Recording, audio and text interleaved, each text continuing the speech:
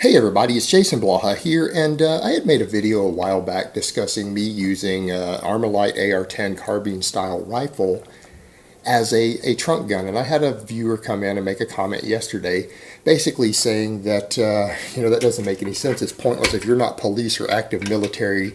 It just doesn't make sense. What are you going to do? Have people hunkered down, lay down suppression fire, then get to your trunk? I mean, that's not going to be legal in most cases. Let's discuss from a practical perspective why you might actually want a carbine style rifle in your trunk and why it actually is a very suitable backup weapon. And what people aren't thinking about is the fact of, I'm not talking about that you get someone pinned down and then run for your rifle. No one's talking about that. But from a practical perspective, this is something I had to think about personally. Because I did actually get death threats. I was getting credible death threats at the time. So much to the point that when I bought that rifle, I had actually been inside the FBI building over this stuff the exact same day I bought that rifle here in Houston. And so I was dealing with threats, and I'm not going to get into the detail of, but very specific email threats stating that I would be ambushed by a group of people in my gym parking lot. And I was getting multiple messages telling me this, that they knew the location, they knew where I trained, they knew what time I trained, that they were going to kill me and my girlfriend. So, that being said, that's why I put that in my trunk. I wanted additional firepower. So, how would that actually work? Well, simply put, what most people need to understand, the purpose of a handgun is the fact that it's convenient. It's easy to carry a handgun on you. They're portable. I mean, that's why police officers carry them. They can wear one on their body at any given time. They're not inconvenient to carry. They're often concealable. It gives you very easy to transport firepower. That's why they exist. As a front line of defense, it's easy to keep one by your bedside. It's easy to grab them. It's easy to store them around your house where it's easy to get to them. You can be cooking in your kitchen. If you're not wearing a piece, you can set a piece right there on your countertop, and it's completely out of the way, easy to get to. They're weapons of convenience. But as I often tell people, a handgun exists to keep you alive long enough to get to a bigger weapon, to get to a more serious weapon, because even the best of handguns are still not ideal firepower for self-defense. I mean, they're decent, but they're not ideal. And I'm not saying they can't get the job done, because it's certainly better than nothing. And if you have a quality handgun, good ammo, and you're proficient, they can save your life. Absolutely. But they're inadequate firepower for a lot of situations. But the point is, what I want people to think about, where are you most likely to be ambushed anywhere?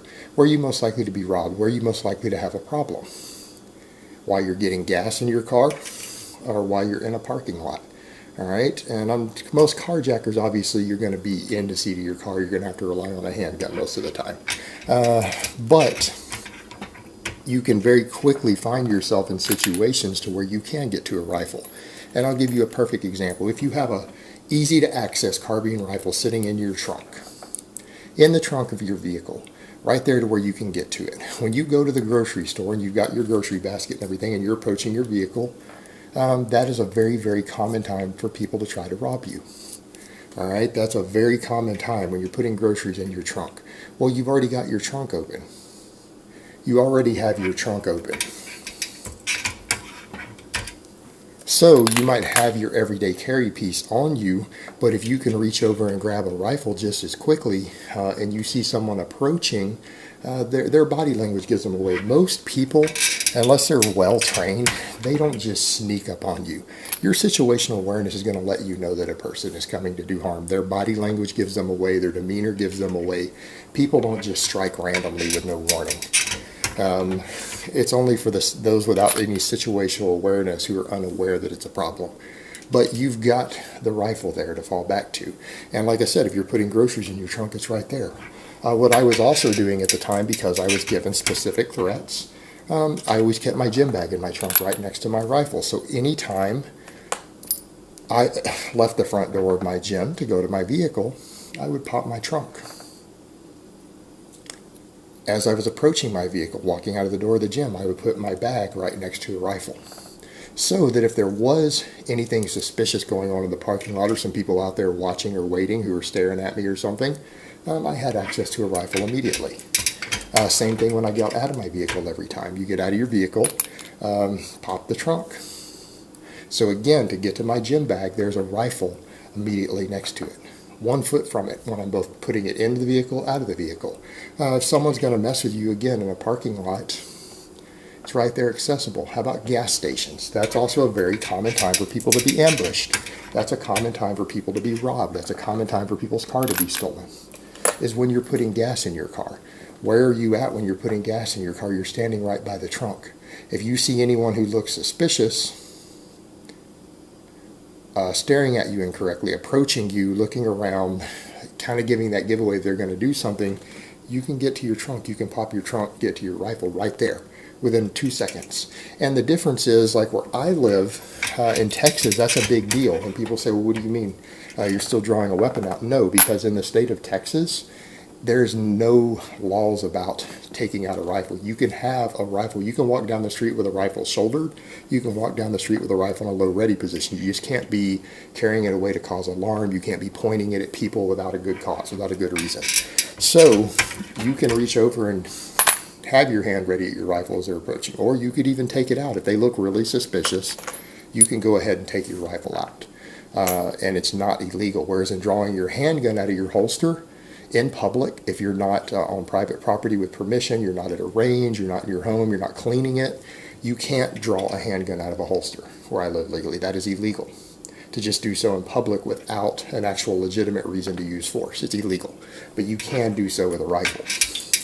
So in the case of where I live, the laws play a role there. You're actually better off from a legal perspective until you know for a fact there's a threat of reaching over and grabbing your carbine style rifle instead of drawing your handgun. It's more legal where I live. So when you look at things from those perspectives, it really does make a lot of sense to have a rifle right there in your trunk. If you've got extras and you have one, and you've got a spare carbine style rifle, and I don't care whether it's an AR type rifle or a lever action, old style Western lever action gun. You know what? That's still a lightweight carbine rifle with a lot of firepower. You could easily have one of those in your trunk. It doesn't have to be a modern sporting rifle. But the idea is the same. Having one there is available. Also, if you do find yourself in the very, very rare situation, because those are common situations, all right, people being robbed at gas stations and parking lots is not that uncommon. It's actually an everyday event. Now, if you did find yourself in a protracted firefight where you do have people shooting at you and they are going for cover and they are still shooting, and they've got handguns or whatever, yeah, being able to lay down suppression fire, get to your trunk and get to a rifle is going to give you an enormous tactical advantage, particularly when people have got cover distance. If they're still engaging you in any way, yeah, getting to that rifle in your trunk is going to help you dominate the situation, particularly if they're using handguns. And that's what 99% of all violent criminals use, is handguns. That's what they use. Over 99% of the time, that's what they use. So you being able to get to superior firepower, if you do find yourself in a situation like that, puts you at an advantage. So again, there's benefits to having it there. But overall, when you think about the fact that you're often going to your trunk when you go to places, again, if you keep your gym bag in your trunk, when you go to the gym, there you go. When you go to any sort of thing to where you normally have a bag that you get out, I don't know, other people have different hobbies. It might not be the gym, it might be golf, tennis, whatever it is they do. You've got a rifle handy when you're getting in and out of your vehicle every time, because you're always going to your trunk. Same thing with your groceries. It's right there available to you within arm's reach in many of the situations in which you are most likely to be robbed or have to deal with an armed violent attacker. It's right there accessible. And again, if you have it set in a way to where you can get to it, it doesn't take long to get to it. Again, if you've got it set up right in a case to where you can pull it out, or even freely floating over in a trunk a certain way, you can have that weapon out in 1 to 2 seconds. All right, not quite as fast as you can unholster a handgun, but it's pretty close. So the argument that it doesn't make sense, that it's silly if you're not police, you're not active military, whatever, it's just not true. It gives you access to superior firepower in a lot of situations with your vehicle that the average person really does encounter. I'm sorry, but people get robbed and shot and have their cars stolen in grocery store parking lots and gas stations while they're getting gas every single day. Happens every single day in this country. And that gives you a little more ability, gives you one more tool in your toolbox, your self-defense toolbox, to help you deal with those situations. So it really isn't silly at all. And particularly if you're someone who deals with additional threats beyond the average person, which me because of what I do, because I'm a controversial YouTuber. I touch on controversial topics. When you're the sort of person who really does maybe get death threats, something like that actually becomes a higher priority. It actually becomes something you really need to think about a lot more, that maybe the average person might not as much, but someone like me, I do have to think about those things, and I do have to prepare for those situations. Alright guys, but that's really all I have to say on that today. I hope it's been informative, and I will talk to you guys next time.